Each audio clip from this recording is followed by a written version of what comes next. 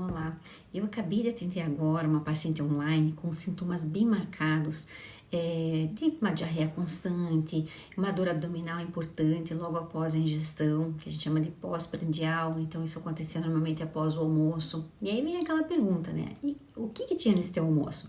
Que tipo de alimento que você comia? Essa paciente é operada há 1 ano já. Feito bypass, né, há 1 ano, uma perda de peso super satisfatória, mas esse desconforto, como se ela não conseguisse ter prazer ao comer porque ela tinha medo de sentir dor. Só que com o passar do tempo, ela percebeu que ela conseguia comer algum doce e ela não relacionava esse sintoma ao dumping. Então, isso que é interessante, porque uma vez que você entenda que o açúcar ou a gordura podem causar esse sintoma, porque os alimentos vêm juntos.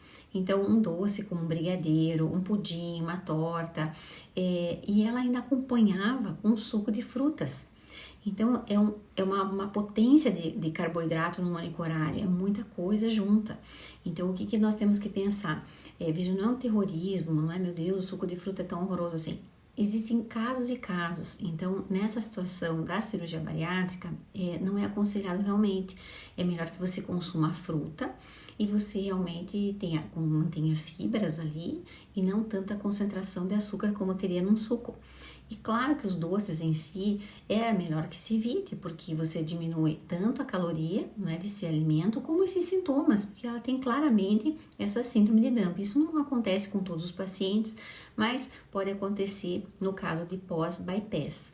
Então, assim, eu vim fazer uma revisão daí sobre o assunto e saiu uma publicação super interessante, falando que a síndrome de Dumping é uma síndrome bem definida, mas muito subdiagnosticada, porque os pacientes não relacionam o sintoma desagradável com realmente uma síndrome, um problema que incompatibilize o uso dos alimentos ricos em açúcar e gorduras após o procedimento, porque há uma liberdade de consumo com o passar do tempo e isso precisa ser revisto.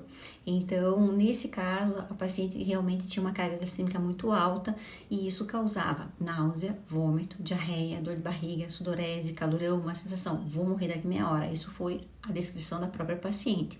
Claro que isso jamais vai acontecer, mas é uma sensação muito ruim. Ela no meio do trabalho não tinha nem como sair para se recuperar um pouquinho, ficar numa sala, deitar um pouco.